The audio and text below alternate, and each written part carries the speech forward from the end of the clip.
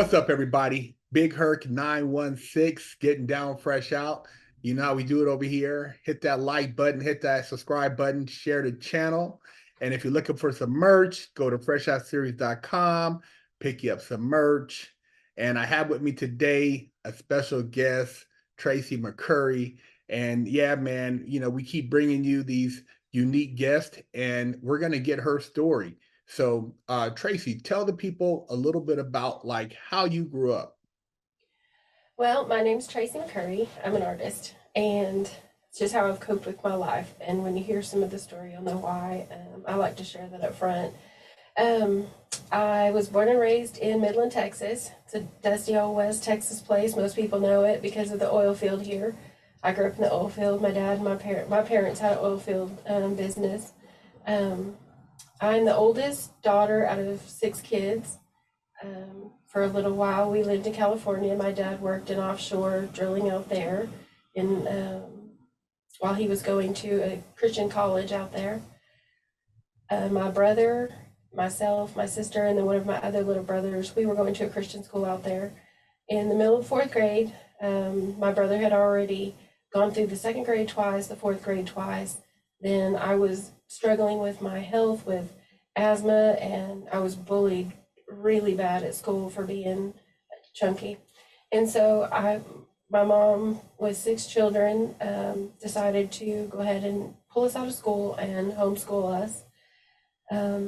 My parents were not able to afford school books, but because it was brand new in the way that it was conducted for a family to homeschool children, there wasn't a lot of accountability. However, there was truant officers in our life, lots of police officers in our lives. People would turn us in to child protective services and things like that. My mom would often actually tell me, go to the door and explain to the officers that we're homeschooled and my mom's in the bath or something. And so I was taught very young that police officers might want to take our family away. Um, I, I I didn't grow up like people thought. A lot of people thought that we were just like the perfect little Christian family. We grew up in a large independent Baptist church here in town, and people saw what my family wanted them to see, which we had to perform, I guess, in a certain type of way in order for my dad to get jobs from the oil field families that we worked with at church. Um, Different oil companies here in town that knew my dad from church. So we tried to just look the part, the perfect part. And so really it was a lot of masks.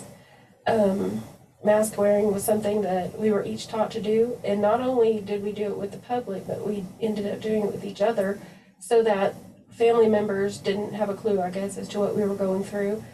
I did have a good friend of mine, that came to visit sometimes. Some of my parents' friends, they had children, and they would come and visit, or sometimes we would go visit them. So it was just kind of like everybody wants everybody to look normal and look like everything's okay, but it wasn't. I grew up in a home where my uncle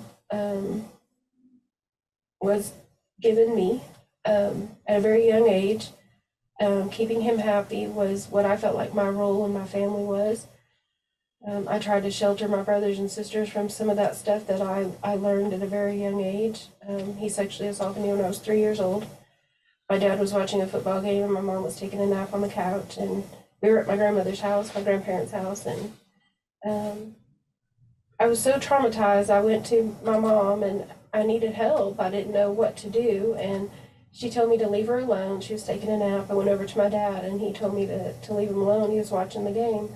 So I went to the bathroom and I really just ridiculed myself in the mirror is what I did. I talked really bad to myself, and I hid my underwear because I didn't want to get in trouble for those being messed up. And I remember my grandma had scissors in the closet, and I kept thinking if I just cut things off, then he won't want to mess with me again. And instead, I'm glad that however it happened, I just chopped my dress up and went back in, and I showed it to my mom.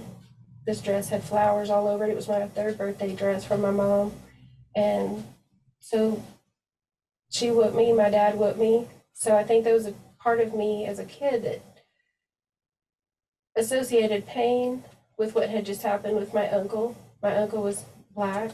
Um, I think there was something that kind of, I had to fix any relationship that I had by using my body. And I ended up, my mom called me her seductress child. And I didn't have a really wonderful life, though there was a lot of wonderful times.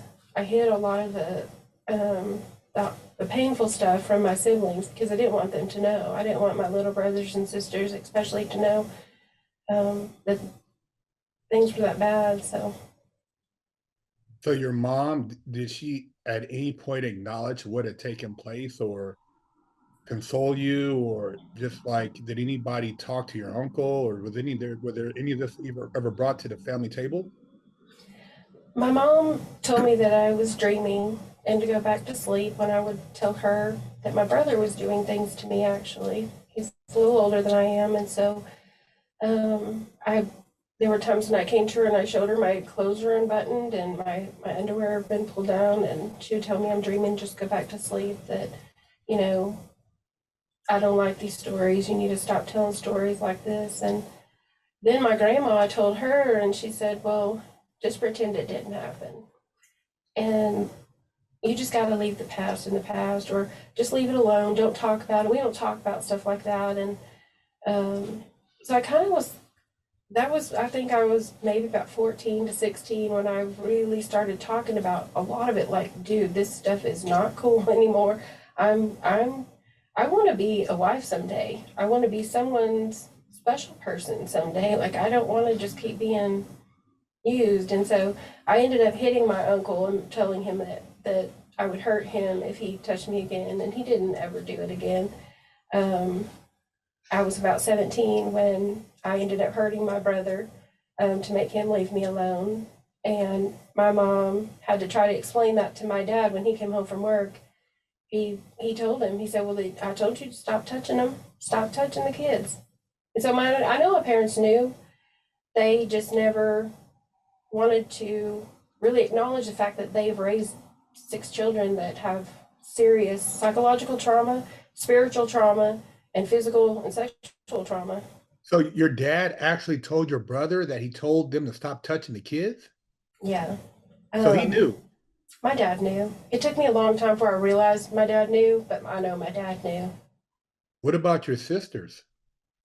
One of my sisters, I saw my brother doing things too that she says she doesn't remember.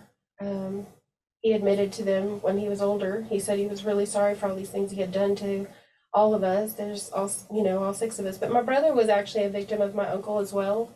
So I'm not as angry at him as probably a lot of people would be, because it was what he was going through. He was just doing what was normal and natural to him, I think.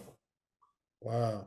With your uncle, was did anybody ever go to the to police with this, or were there any, I mean, nothing was ever brought outside the family, or were they kept just as a family secret? The family secrets in our family go way back before all 6 of us were even born. This uncle had been shot when he was a teenager in the head, and he survived. He actually was paralyzed on half of his body. My parents and my grandmother, and I think my aunt in her own way too, but everybody just made excuses for he doesn't know what he's doing or he's not all there. I said, well, if he can go to college and he can walk across Midland and he can hold jobs, then he knows what he's doing. This Mm. man is not disabled to the point where he doesn't know what he's doing. So what actually led to you crossing paths with the criminal justice system? I first got in trouble with them as a teenager. Actually, I ran a stop sign one night. I had a hardship license and got scared because this car was right on my tail and ran a stop sign. So that's what started my whole thing with them. But um, I went off to school, I lived in Houston, I lived in Granbury, like all these different places, going to school, working, anything I could do to not be in Midland and not be near my family. Um, I was in Virginia going to school. My sister wanted to come live with me. She said that my brother had threatened to kill her, um, because she started talking about the things he had done to her when she was little. And I told her that she could come and move with me to Virginia, where I was going to school at Liberty University. And my parents said, no, you don't know what she's really like. And I let her move there with me and found out what she's really like. She really didn't know how to read or write, didn't know how to do basic math, and she was very, very delayed, I guess you could call it, in her mental health and in her psychological everything. She mostly had just been at home with, family. She'd never been to school, never been to a doctor, never gone to a dentist. Dang. Her and my younger brother Jeffrey, they had never been to a school before, and my parents always said, "Well, we're homeschooling our children." And um, not long after my sister moved there with me, she tried to kill herself in my house, and we took her to the hospital, and then from there she went to a pediatric mental health facility because the emergency room doctor said that she's not able to function in an adult psychiatric ward. And she had told them that all these things that my brother had done to her, things that I had been trying to help her out of for quite some time. And so when it came across to the doctors and authorities, even, they allowed her to go to a pediatric psychiatric facility. I had no idea what I had on my hands. I kept thinking my parents said don't take her, and I'm like, I did, and now we're states away. She's telling me, please don't tell them, they'll be mad at me. And I'm like, I'm enrolled full time at school and I've got full time jobs. I don't know how to do this. I didn't know I was getting myself into this mess. And so there she got in trouble with the law. There she ran from Virginia to Texas and then ran back to Virginia. I let her come back there because she was afraid here. She ran back here. Then I had my son. I ended up coming back here because I was really sick and needed help. I was very tired. I was completely worn. And I never did get to go back with him. I planned on returning to Liberty and I just didn't get to go back. And when I brought a lot of this stuff up to the sheriff's department, when they said I tried to hire my sister to kill someone, she told them that. I told them, this is the person that you're listening to. And they said it was all excuses. I filled out dates, times, bank accounts, locations, like all kinds of stuff of them being able to see. This is not just something I'm just randomly coming up with. She's trying to get disability for her mental health. She needs help. And now y'all have put me in this big mess, and now my kid's in this mess. Like, this is not what's really going on. I've been trying to get away from these people for years. I came home because I was desperate, really.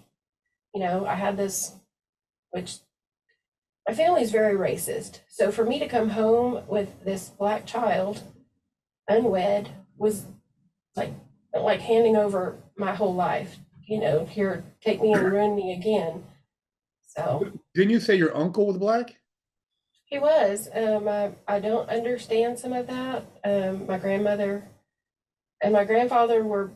He was very dark complected, but they're Indian, so I don't. They have some Native American, I guess you could say. But I've been doing ancestry for a while, trying to figure out how did he end up like that. My aunt is blonde and blue eyed, so I didn't. I don't know. I don't know. Maybe Your there's more uncle, family secrets than I know. your uncle was, excuse me, your uncle was dark complected, but your family was racist. My family was very racist. They did not like my uncle. My mother, she used him a lot. That's part of how I ended up his toy. I ended up getting dressed up pretty and pretty panties and pretty dresses and getting put in his lap. And But she was didn't very, like him? she liked the money that he would give her. Um, there were times when she would tell him, I need clothes for her, or, you need to do something special for her. And we'd go to the store and he'd buy me what I wanted, but didn't do that for the other kids. And so I thought, well, maybe it's because of me being the big sister, or I didn't know. I didn't understand. I didn't understand this wasn't normal. I knew but I tried to keep him from touching my brothers and my sisters, even though I knew he was touching my brother. My mom and my dad made my brother sleep with my uncle. Whenever we Wait, all wait, wait. Oh, there wait was a minute. 16 Wait of a us minute. living in the house at the same time in a 2-bedroom house, and someone had to sleep with my uncle, so my parents made my Why was uncle your sleep with uncle him. staying at you guys' house when he had a job in his own? I mean, he was living with you guys? We all lived with my grandmother. We lived with my grandmother in her home. It was her and her husband's sister, and then it was my mom, my dad, my aunt, um, and then my uncle, which is both my mom's brother and sister, and then my aunt had 4 children. So in all, there were 16 of us living in a 2-bedroom home. In a two-bedroom? Neighbors, I don't know how this all went unnoticed, except for the fact that we weren't allowed to go outside between this time and this time because we were supposed to be at school. So, but your dad was working. I mean, so how many people in the household were actually employed? My dad. He was the only one. My grandmother worked for the Midland Independent School District for a little while as a cook, but after my grandpa passed away, she retired pretty quickly after that. So your dad was supporting 16 people? My aunt had, I think she had some part-time stuff, part-time jobs, and then her kid's dad, when he was around, helped out some. But my grandmother really, I think, was toting the load for all of us, really. My uncle was getting disability, so he had some income there. He used it usually for his own purposes or whatever. Then my grandmother, exhausted, trying to raise 10 grandkids, did what she could. Wow. Oh, man, that's crazy. So your parents would let your brother sleep with your uncle, knowing your uncle was molesting him? They said that they didn't know. My brother, even till this day, says I don't remember any of it. The graphic memories that I have, I can't imagine that he can't. I think that he just refuses to recall those memories. He had a serious hate for him, and so I didn't know. Well, if you hate him so much, why do you hate him so much? You know. I remember my parents used to whip him to make him stay in the room with my uncle. Um, so I've had a lot of compassion for my uncle.